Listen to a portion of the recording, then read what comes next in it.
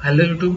आज की वीडियो में हम लोग बात करने वाले हैं डिमांड और सप्लाई के बारे में। डिमांड जोन क्या होती है, सप्लाई जोन क्या होती है, कैसे मार्क करते हैं, इसका यूज क्या है और प्राइस के साथ इनका रिलेशन क्या है। तो सबसे पहले हम जानते हैं ना डिमांड और सप्लाई और प्राइस का जो आपस में रिलेशन है वो क्या होता है। तो जैसे अगर डिमांड कोई प्रोडक्ट है, ठीक है, और उसकी डिमांड बहुत कम है और सप्लाई उसके पास उसकी सप्लाई बहुत ज़्यादा, जो सप्लायर है, जो दुकानदार है, उसके पास उस प्रोडक्ट की सप्लाई बहुत ज़्यादा, मतलब बहुत सारा स्टॉक उसके पास, बहुत सारी क्वांटिटी उसके पास है और डिमांड बहुत कम है। तो जो नॉर्मल प्राइस होगा ना, उस प्राइस से उस प्रोडक्ट की प्राइस कम हो जाएगी, क्योंकि डिमांड ही नहीं है, कोई खरीद ही नहीं रहा है। उसका जो जो प्रोडक्ट है वो सेल ही नहीं हो रहा है, तो प्राइस उसकी कम हो जाती है। ठीक है, मतलब सप्लाई ज़्यादा हो, डिमांड कम हो। तो जैसे हम यहाँ पे लिखते हैं सप्लाई ज़्यादा, डिमांड कम, देन प्राइस विल कम। ठीक है, तो ये एक हो गया। दूसरा क्या होता है कि अगर हम देखें डिमांड बहुत हाई है, ठीक है, सप्लाई कम है, मतलब सप्लाई नहीं हो पा रही है, उसके पास प्रोडक्ट ही कम है और डिमांड मार्केट में बहुत ज़्यादा होगी उस चीज़ की। तो जैसे कि ना, अभी कोरोना के टाइम पे आपने देखा होगा सैनिटाइजर, जिसकी सब मतलब मार्केट में था ही नहीं। सैनिटाइजर हो गया, मास्क हो गया, ये सब मार्केट में मिल नहीं रहे थे, इसकी डिमांड बहुत ज़्यादा थी। तो जो नॉर्मल प्राइस था ना, उससे इनकी प्राइस बहुत ज़्यादा हो गई थी, ये बहुत महंगे महंगे बिक रहे थे। और तब पीछे नहीं जाना है आपको, तो अभी हाल ही में आप टमाटर का समझ सकते हो। अभी हाल ही में देखो, टमाटर टमाटर की सप्लाई कम है, उसकी डिमांड बहुत ज़्यादा है, तो उस टमाटर की प्राइस बहुत ज़्यादा है। और एक उसका सगा भाई मिर्चा, मिर्चा भी बहुत महंगा हो गया भाई। तो दोनों की ही डिमांड बहुत ज़्यादा है, सप्लाई कम है, तो दोनों ही बहुत महंगे हैं। ठीक है, तो इससे इस केस में प्राइस ऊपर जाएगा। तो ये बेसिक थोड़ा सा कोरिलेशन होता है आपस में इन सबका। तो इसे जानना बहुत ज़रूरी है आगे बढ़ने के लिए। तो क्या था कि डिमांड ज़्यादा होगी, सप्लाई कम होगी, तो प्राइस बढ़ जाएगा। सप्लाई ज़्यादा होगी, डिमांड कम होगी उसकी, तो प्राइस घट जाएगा। ठीक है, ये बेसिक एकदम नॉर्मल बातचीत के लैंग्वेज में हम इसको ऐसे ही समझ सकते हैं। ठीक है, अब अगर नहीं समझ में आ रहा तो आप ये टमाटर मिर्चा का एग्जांपल अब खुद थोड़ा सा एनालाइज करो उस चीज़ को, कैसे क्या हो रहा है, कि क्या कम हो रहा है, क्या ज़्यादा हो रहा है, कैसे प्राइस घट रही है, कैसे प्राइस बढ़ रही है, क्या हो रहा है। तो उससे आपको समझ में आ जाएगा। मार्केट में क्या होता है, मतलब स्टॉक मार्केट में क्या होता है, जैसे हमें यहाँ पे मतलब जो इंस्ट्रूमेंट हमारा वो बाय होता है और सेल होता है। जो भी पर्टिकुलर स्टॉक है वो एक प्राइस पे सेल होता है, एक प्राइस पे बाय होता है। ठीक है, बड़े प्लेयर, छोटे प्लेयर और कई सारे प्लेयर, अकेला प्लेयर, जो भी मतलब मार्केट में पार्टिसिपेट करता है, वो पर्टिकुलर स्टॉक बाय करता है, सेल करता है। ठीक है, तो अगर जैसे किसी स्टॉक में बाइंग बहुत ज़्यादा आ रही है, ठीक है, बाइंग ज़्यादा आ रही है मतलब लोग उस चीज़ को पसंद कर रहे हैं, लोग उस चीज़ को समझ रहे हैं और वो चाह रहे हैं कि इसको हम बढ़ाएं, प्राइस को बढ़ाना चाह रहे हैं। ठीक है, तो उसकी डिमांड बढ़ती जाती है, तो वो प्राइस वहाँ पे बढ़ते जाता है। अभी जैसे प्राइस यहाँ पे ऊपर जा रहा है, ऊपर ऊपर जा रहा है, तो यहाँ पे मतलब है इसकी डिमांड बढ़ रही है। ये डिमांड है, ये डिमांड पे अपने जा रहा है, वापस आ रहा है, इसकी डिमांड बढ़ रही है, ये ऊपर जा रहा है। और जब प्राइस नीचे आता है, मतलब प्राइस जो मेरे पास मान लो क्वांटिटी बहुत सारी है, 2-3 लाख क्वांटिटी है, और इस लेवल पे मैंने सेल कर दिया, तो मतलब सप्लाई बहुत ज़्यादा थी, एक ही बार मैंने सारे स्टॉक्स को सेल कर दिया है। ठीक है, मार्केट में ऑर्डर वो सब पहुंच गए, तो अब सेल सारे होंगे, तो धीरे धीरे प्राइस नीचे आएगा, क्योंकि अगर बायर्स हैं वहाँ पे, जितना मेरा सेलिंग ऑर्डर्स है उतना अगर बाइंग ऑर्डर्स है, तो वो सारे एब्जॉर्ब हो जाएंगे और प्राइस ऊपर चला जाएगा। ठीक है, बट अगर उतने बाइंग ऑर्डर्स नहीं है मार्केट में और मेरा सप्लाई ऑर्डर बहुत ज़्यादा है, तो प्राइस वहाँ से नीचे आना है। ठीक है, अब हम इसको जोन में मार्क करते हैं। जैसे हम जैसे वो बड़े प्लेयर करते हैं कि इस लेवल पे उनको सेल करना है, बट ये सबको तो पता चल नहीं पाता। हम रिटेलर्स को ये नहीं पता चलेगा ना कि हमें यहीं पे सेल करना था, हमारे पास तो वो बिग मनी है नहीं। तो हम क्या करते हैं इसमें, जैसे जहाँ से वो बिग मूव आता है, आइदर इट इज डिमांड और सप्लाई। ठीक है, अभी जैसे यहाँ से प्राइस ऊपर गया इस लेवल पे, ठीक है, यहाँ पे बाइंग ऑर्डर्स बहुत सारे थे, तो यहाँ से प्राइस ऊपर चला गया, तो हम यहाँ पे तो नहीं पार्टिसिपेट कर सकते ना, बट हम क्या करेंगे, हमें पता है यहाँ पे बाइंग ऑर्डर्स बहुत ज़्यादा है, तो प्राइस जब वापस उस जोन पे आएगा और बाइंग ऑर्डर्स पे अपने फिल होने के लिए आएगा, तो हमें पता है यहाँ पे बाइंग ऑर्डर्स बहुत ज़्यादा, तो हम यहाँ पे अपनी एंट्री ले सकते हैं। हम यहाँ पे स्टॉक्स को देख सकते हैं कि वो कैसे जा रहा है, कहाँ जा रहा है, ऊपर जा रहा है। अगर हमें बाइंग पोजीशन बनानी है तो हम यहाँ से डिमांड से लॉन्ग जा सकते हैं, ठीक है, क्योंकि हमें पता है यहाँ पे बाइंग ऑर्डर पहुंच जाता है, यहाँ से प्राइस आके ऑर्डर्स को फिल करके यहाँ पे ऊपर जाएगा। तो ये काम होता है डिमांड का, ठीक है। सिमिलर काम होता है सप्लाई का। सप्लाई क्या करती है, जैसे अगर मार्केट में बहुत सारे ऑर्डर्स आ गए, ठीक है, अभी जैसे इस लेवल पे हमें नहीं पता था कि यहाँ पे सेलिंग आएगी, बट जो बड़े प्लेयर थे उनको पता था कि यहाँ पे उन्हें सेल करना है, क्योंकि उन्हें लगा कि ये प्राइस की वैल्यू यहाँ पे ज़्यादा है, ये थोड़ा महंगा मिल रहा है उन्हें थोड़ा और सस्ते में चाहिए। उन्होंने प्राइस को गिरा दिया, उन्होंने सारे अपने स्टॉक सेल कर दिए। सारे सेल करते हैं या हाफ करते हैं, वो हमसे वो मैटर नहीं करता। हमें क्या देखना है कि कहाँ से सेल हो रहा है, कहाँ से बाई हो रहा है। अभी जैसे यहाँ पे सेल हुआ, ठीक है, एक बड़ी क्वांटिटी यहाँ पे सेल हुई, प्राइस में ड्रॉप आया। अब हमें पता है यहाँ पे सेलिंग ऑर्डर्स, ये जो जोन है यहाँ पे सेल ऑर्डर्स बहुत ज़्यादा है, ठीक है। यहाँ पे अगर प्राइस वापस जाएगा तो वो फिर से उसमें ड्रॉप आना है, क्योंकि वहाँ पे सप्लाई ऑर्डर्स है और बाइंग ऑर्डर्स उतने ज़्यादा नहीं है कि उन सारे सप्लाई को अब्जॉर्ब कर सके और प्राइस वहाँ से अप जा सके। समटाइम्स क्या होता है कि सप्लाई यहाँ पे बहुत स्ट्रांग है, बट लोअर लेवल से बाइंग ऑर्डर्स इतने स्ट्रांग हो जाते हैं कि वो सप्लाई को वहाँ पे ब्रेक कर देता है, ठीक है। बट इस केस में यहाँ पे बाइंग उतनी ज़्यादा स्ट्रांग नहीं है, बायर्स उतने ज़्यादा एक्टिव नहीं है यहाँ पे। तो यहाँ पे क्या हुआ, सप्लाई एक्टिव थी, सेल ऑर्डर्स ज़्यादा थे, सेलर्स ने बोला यहाँ पे हम जीतेंगे, ठीक है। तो यहाँ से प्राइस यहाँ पे ड्रॉप आ गया, ठीक है। अब अगर हम और देखें डिमांड के बारे में अगर हम पढ़ते हैं, तो यहाँ से ही अगर हम देखें, यहाँ पे बाइंग ऑर्डर्स पेंडिंग थे, यहाँ पे बाइंग ऑर्डर्स बहुत ज़्यादा थे। तो जैसे ही थोड़े ऑर्डर्स फिल हुए, प्राइस वहाँ से भाग गया, ठीक है। अब प्राइस वहाँ पे भाग गया तो ऑर्डर्स तो यहाँ पे अभी भी पेंडिंग है। तो प्राइस जब वापस आएगा अपने डिमांड जोन पे, तो बायर्स बोलेंगे सारे ऑर्डर्स तो हमारे फिल नहीं हुए थे, तो हम जो बाकी बचे हुए ऑर्डर थे वो हम अब फिल करेंगे और अब हम यहाँ से ऊपर जाएंगे, ठीक है। तो यहाँ से अगर हम देखें, इस डिमांड जोन पे प्राइस आई, टैप किया, ऑर्डर्स को फिल किया और यहाँ से ये ऊपर चला गया, ठीक है। तो और अगर हम एग्जांपल देखें बाइंग और सेलिंग के, तो आई गेस आपको इतना तो समझ में आ गया होगा कि डिमांड जोन क्या है और सप्लाई जोन क्या है। तो अगर हम ये देखें फिर से, ये डिमांड जोन यहाँ पे मिला।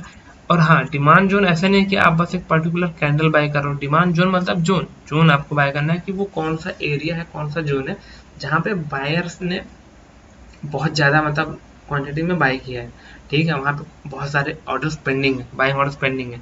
तो ये देखेंगे हम, ये डिमांड एरिया हमारा एक हो जाएगा। यहाँ से ये मूवमेंट देखिए, यहाँ से बहुत अच्छी मूवमेंट आई है और ये डिमांड बहुत ही स्ट्रांग है यहाँ के लिए, ठीक है।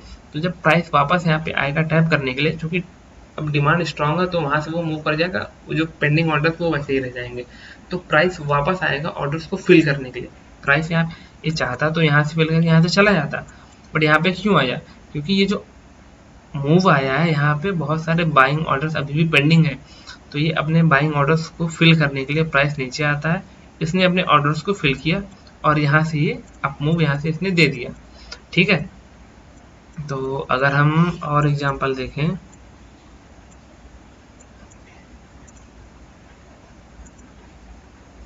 ये डिमांड जोन, यहाँ से भी प्राइस ने अप मूव दिया है, बट यहाँ पे ये पूरा इस पर टैप नहीं कर पाया। जरूरी नहीं है कि हर बार वो अपने डिमांड पे टैप ही करेगा। ये पूरा एरिया पेंडिंग ऑर्डर है, यहाँ पे ही जो प्राइस थी, प्राइस के सारे ऑर्डर्स यहाँ पे ही फिल हो गए, तो यहाँ से ही ऊपर चला गया। हम डिमांड जोन पे आने का वेट करते हैं और ऐसा मतलब 100% श्योर नहीं है कि वो अपने डिमांड पे आएगा तो ऑर्डर फिल कर, क्योंकि बायर्स और सेलर्स ऐसा नहीं है कि जैसा इनका मूड यहाँ पे था वैसे ही यहाँ पे भी रहेगा। वो सेलर, जस्ट इमेजिन यहाँ पे सेलर्स अगर बहुत सारे एक्टिव हो गए तो ये डिमांड यहाँ पे होल्ड नहीं करती। यहाँ पे जितने बाइंग ऑर्डर है, मान लो यहाँ पे 100 बाइंग ऑर्डर है, तो ये 200 सेल ऑर्डर यहाँ पे प्लेस कर देंगे, तो ये प्राइस यहाँ पे होल्ड नहीं कर पाएगा। यहाँ से डिमांड ब्रेक करके प्राइस वो नीचे जाना है, वहाँ से वो नीचे चला जाएगा, ठीक है। तो ऐसा बायर्स और सेलर्स के टर्म में अगर आप समझेंगे डिमांड और सप्लाई को, तो आपको बहुत इजीली सारी चीज़ें समझ में आ जाएंगी, ठीक है। तो यहाँ पे देखिए, ये भी डिमांड जोन अच्छा था, यहाँ पे आया प्राइस, यहाँ पे आया अपने ऑर्डर्स को फिल करने, यहाँ से फिर ये अप मूव दे दिया, ठीक है। अब अगर हम सेलिंग की बात करें तो सेल साइड में ये सप्लाई, ये था हमारा सप्लाई जोन, ठीक है।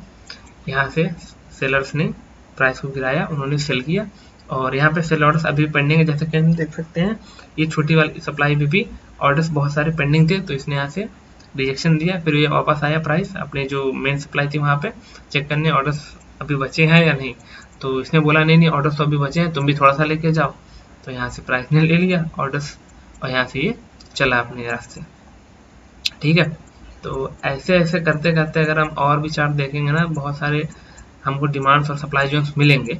और आपको डिमांड और सप्लाई मास्टर करने के लिए आपको क्या करना है, कुछ नहीं करना है। आपको पहले तो ये समझना है कि डिमांड जोन क्या होती है और सप्लाई जोन क्या होती है, जो कि मैंने आपको बता दिया है। अगर आपको नहीं समझ में आया है तो आप कमेंट सेक्शन में बोलो, जो चीज़ आपको नहीं समझ में आई मैं अगली वीडियो में उसको क्लियर करके दूसरी तरीके से आपको समझाऊंगा। बट आपको क्या करना है ना, आपको चार्ट ओपन करना, कोई सा भी टाइम फ्रेम रहे, कोई सा भी चार्ट रहे, इंडेक्स रहे, स्टॉक्स रहे, फॉरेक्स रहे, कोई सा भी रहे। ठीक है, आप उसमें प्रैक्टिस करो, डिमांड और सप्लाई जोन मार्क करो और देखो कि मतलब जब वापस मिटिगेट करने आ रहा है प्राइस उस जोन पे तो वो कैसा रिएक्शन दे रहा है। ठीक है, आप जब उस पर रेगुलर प्रैक्टिस करोगे तो ही आपको समझ में आएगा कि एक्चुअल जो मीनिंग होता है डिमांड और सप्लाई जोन का वो क्या होता है। अभी जो मैंने आपको बताया वो बहुत ही बेसिक है। ठीक है, तो आपको इसके बाद अब प्रैक्टिस करनी है। आपको बेसिक कॉन्सेप्ट पता चल गया है डिमांड और सप्लाई क्या होता है।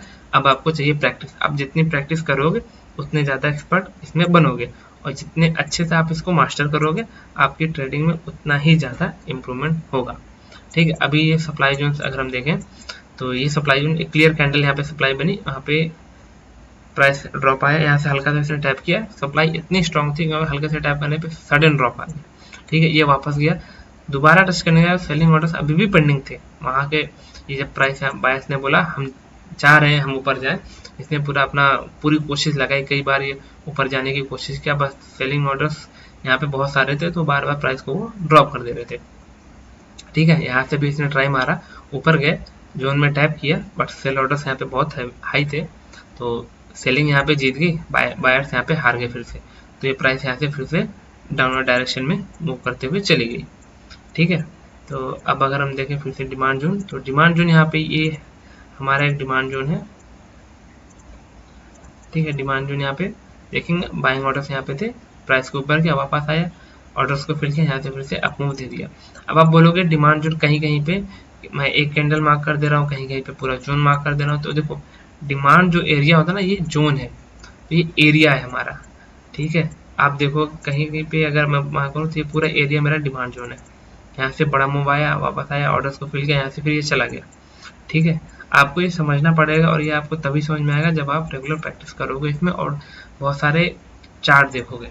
ठीक है, जब आप उसमें समझोगे प्राइस मूव कैसे कर रहा है, कहाँ पे आ रहा है, क्या रिएक्शन है, क्या एक्शन है, तब आपको ये और बेहतरीन तरीके से समझ में आएगा। आप ये मत सोचो कि नहीं हमने वीडियो देख लिया है और हमें पता चल गया तो अब हमको पूरा समझ में आ गया और हम इसमें पूरा मास्टर हो गए, ऐसा नहीं होता है। हर चीज़ प्रैक्टिस मांगती है, टाइम मांगती है। आप टाइम दोगे, प्रैक्टिस करोगे, आपको वो चीज़ अच्छे से आ जाएगी। ठीक है, तो इसमें अगर और एग्जांपल लें तो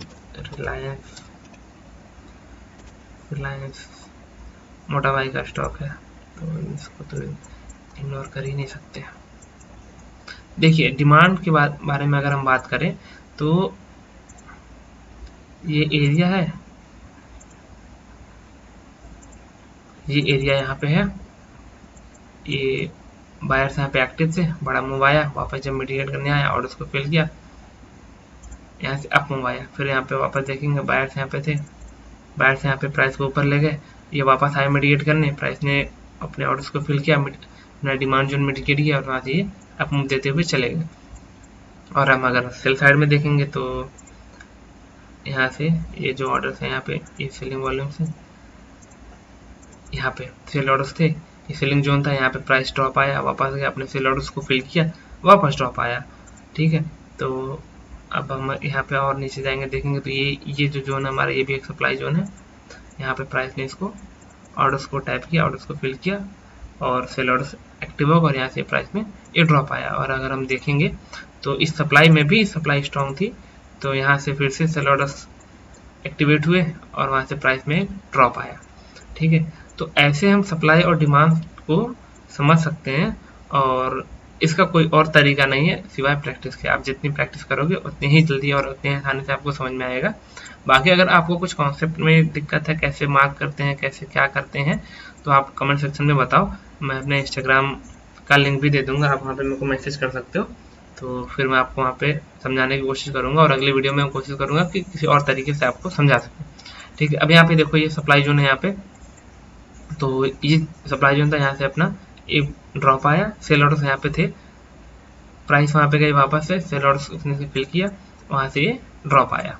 ठीक है, तो इसमें अगर हम डिमांड की बात करें तो ये देखिए यहाँ पे ये अपने प्रीवियस डिमांड पे आया, यहाँ से फिर इसने जो अपने डिमांड को रिस्पेक्ट किया, ऑर्डर्स को यहाँ पे फिल किया और एक मूव दिया वापस, ऑर्डर्स यहाँ पे भी पेंडिंग रह गए, तो प्राइस वापस आया, बोला हमें अपने ऑर्डर्स को फिल करना है, और प्राइस ने ऑर्डर्स को फिल किया और यहाँ से अप मूव एक प्यारा सा हमें देखने को मिला। ठीक है, तो इस तरह से हम सप्लाई और डिमांड को पढ़ते हैं, समझते हैं और इसको यूज करते हैं अपने ट्रेडिंग में। तो सप्लाई और डिमांड का ही सारा खेल है, तो धीरे धीरे आपको समझ में आएगा, जैसे जैसे आप थोड़ा टाइम दोगे चार्ट को, तो सारी चीज़ें आपको खुद ब खुद समझ में आने लगेंगी। बाकी फिर अगली वीडियो में थोड़ा और एडवांस कॉन्सेप्ट के बारे में बात करेंगे, डिमांड एंड सप्लाई में ही इसको कैसे कहाँ पे क्या यूज़ करते हैं। ये तो बेसिक कॉन्सेप्ट था। तो मिलते हैं अगले वीडियो में, तब तक आप प्रैक्टिस करो, देखो चार्ट को, देखो समझो, प्राइस बिहेवियर को देखो, जानो, और कुछ डाउट हो तो कमेंट सेक्शन में बताओ, फिर मैं अगली वीडियो में उसको और अच्छे से और दूसरे तरीके से कोशिश करूँगा कि ऐसे बताऊँ कि आपको समझ में आ जाए आसान भाषा में। ओके, तब तक के लिए गुड नाइट।